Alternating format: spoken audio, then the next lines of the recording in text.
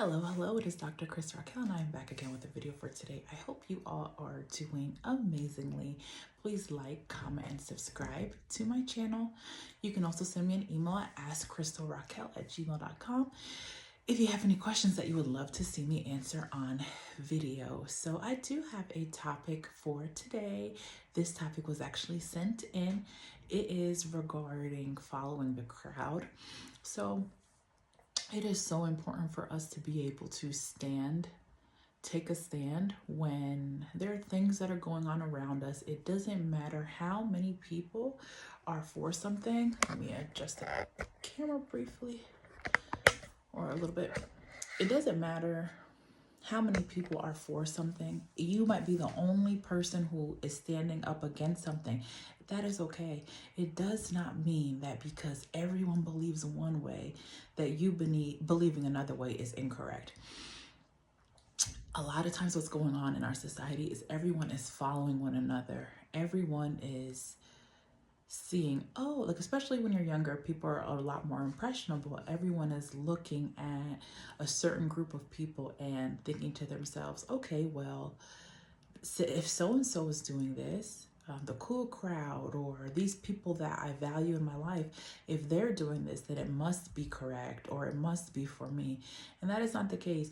You need to be able to analyze and decide what is right or wrong. What I do a lot of times when I want to know what's right or wrong, what I do is I assess what I know from the Bible and the scriptures. So it doesn't matter to me what someone thinks in terms of, basically, no one can tell me that something is correct when I know it's not correct according to what I know about God and according to what I know from the Bible. So a lot of times what's going on is they are really wanting to emulate other people. They're really wanting to be like other people rather than just being themselves. And if you go around copying people, this world is really can go towards this destruction. There are so many things that people do. That doesn't mean it's for you to do. And I can think of some examples. Right now, we can think of the trends. Yes, I call them trends. Several trends that have cropped up over the years.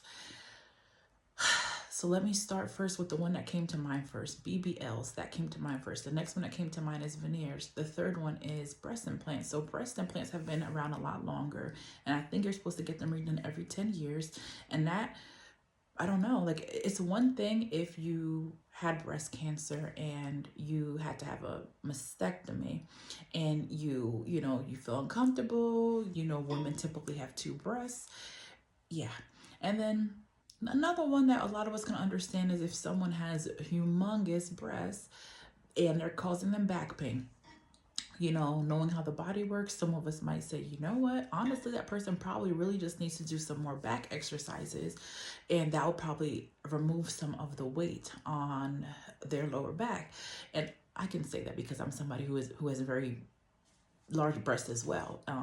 I've never contemplating having a reduction, but I can understand why someone would, with huge breasts, want to get a reduction. Plus, with clothing, if you're smaller on your waist and then you have huge breasts, even me not being a small person overall, I'm a very tall lady. I know how things work, right? So I'm a taller lady, so that means I probably have less room in the torso of clothing. Adding in larger breasts, that means that there's even less room in the clothing. So I can see how having large breasts can be really large breasts can be an inconvenience and also hurt your back.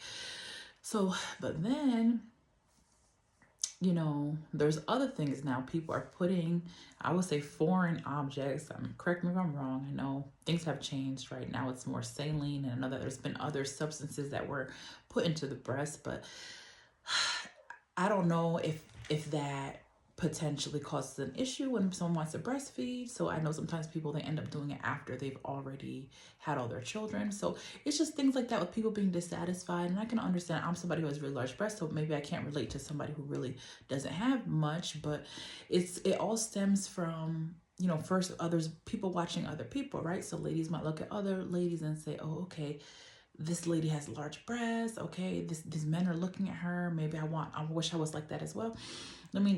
let me get off that topic of breast, even related to the veneers. Now, people, yes, people, dentists, and people who are in the science field were able to develop veneers and false teeth for people who are aging, people who lose their teeth. So there's dentures, there's veneers, and for people who maybe lost one tooth due to cavities or whatever it may be. And now people are literally replacing all of their teeth, all of their healthy teeth. And having veneers when you don't necessarily need it because you want a certain look, it's just really saying you're dissatisfied with your teeth. I guess it started with, people having deformities with their teeth and first starting with braces, or people having overbites, underbites, things like that. Those are like things that we look at as normal, and now people are deciding to even like remove their teeth, shave them down.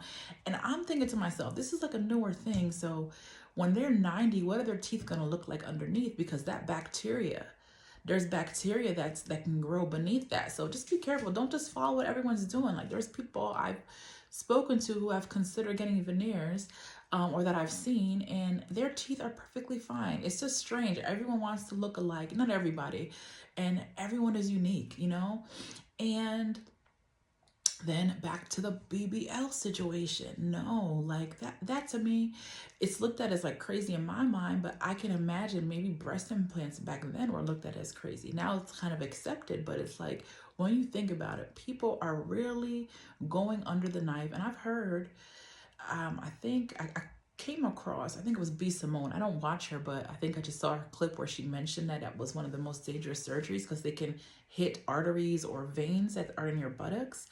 And like, people are going to these extremes, and it's like, why? Just be happy with your figure. It's okay. And if your figure isn't looking like you want it to, I would suggest going into the gym.